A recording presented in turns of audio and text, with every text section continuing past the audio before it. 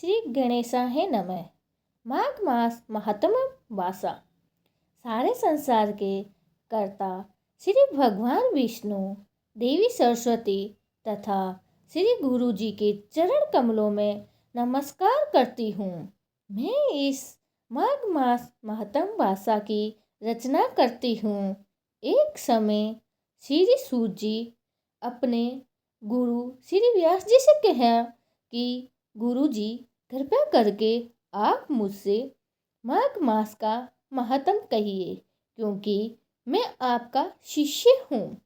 व्यास जी कहने लगे कि रघुवंश के राजा दिलीप एक समय यज्ञ के स्नान के पश्चात पैरों में जूते और सुंदर वस्त्र पहनकर शिकार की सामग्री से युक्त कवच और शोभायमान आभूषण पहनने हुए अपने सिपाहियों से घिरे हुए जंगल में शिकार खेलने के लिए अपनी नगरी से बाहर निकले।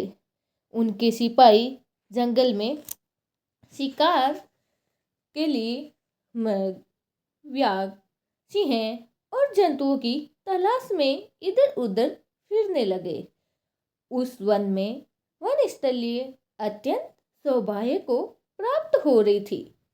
वन कहीं वृक्षों में मोर नाच रहे थे, कहीं पर मुर्गों के झुंड फिरते थे, कहीं गीदड़ अपना भयंकर शब्द कर रहे थे, कहीं गेंडों का समूह हाथियों के समान फिर रहा था, कहीं वृक्षों के कटोरों में बैठे हुए उल्लू अपना भयंकर शब्द कर रहे थे, कहीं सिंहों के पद चिन्हों के साथ घायल मृगों के रक्त से भूमि लाल हो रही थी, कहीं दूध से भरी थनों वाली सुंदर भैंसें फिर रही थी, कहीं पर सुगंधित पुष्प, हरी भरी लताएं वन की शोभा को बढ़ा रही थी, कहीं बड़े बड़े पेड़ खड़े थे, तो कहीं पर उन पेड़ों पर बड़े बड़े अजगर और उनकी केचुलियां भी पड़ी हुई थी। उसी समय राजा के सिपाही के वाजने की आवाज़ सुनकर एक मृग वन से निकलकर भागने लगा और बड़ी बड़ी चौहंकियां भरता हुआ आगे बढ़ा।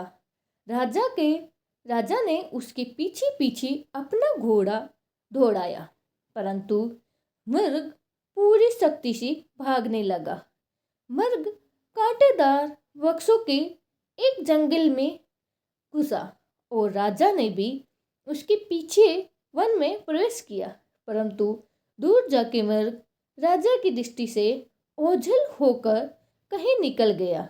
राजा निर्जल वन में अपने सैनिकों को सहित व्यास के मारे अति दुखी हो गए।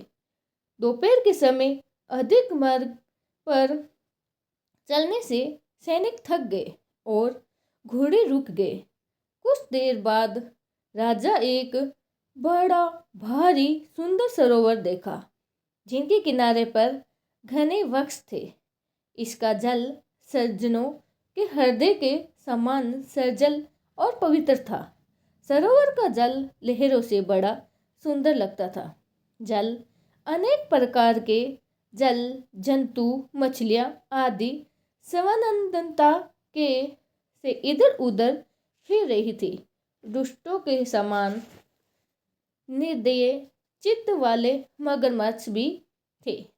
किसी किसी जंगल लोभी के घर के समान सीमाल भी पड़ी हुई थी, जैसी विपरीति में पड़े हुए लोगों के दुखों को हरने वाले दानी पुरुष के समान यही सरोवर में अपने जल से सबको सुखी करता था, जैसे मेघ चातक के दुख का हरता है। इस सरोवर को देखकर राजा की थकान दूर हो गई। रात्रि को राजा ने वहीं विश्राम किया और सैनिकों पहरा देने लगे। चारों तरफ फैल गए। राजा के अंतिम समय में शुक्रों के एक झुंड में आकर सरोवर में पानी पिया और कमल के झुंड के पास आया। तब शिकारियों ने सावधान होकर शुक्रों को पर आक्रमण किया और उनको मारकर पृथ्वी पर गिरा दिया। उस समय सब शिकारी कोलाहल करते हुए बड़ी प्रसन्नता के साथ राजा के पास गए और राजा प्रभात हुआ देकर उनके साथ अपनी नगरी की तरफ चल पड़ा। रास्ते में एक तपस्वी को देखा जिसका शरीर तपस्या और नियमों के कारण बिल्कुल सूख गया था, जो मृगछाला और वलिकन पहने हुए था और नख, रोम तथा केश धारण किए था। राजा ने ऐसे घोर तपस्वी को देखकर बड़े आश्चर्य से उसको प्रणाम किया और हाथ जोड़कर खड़ा हो गया। तपस्वी ने राजा को कहा कि हे राजन, इस पुण्य शुभ मार्ग में इस सरोवर को छोड़कर तुम यहाँ से क्यों जानने की इच्छा करते हो?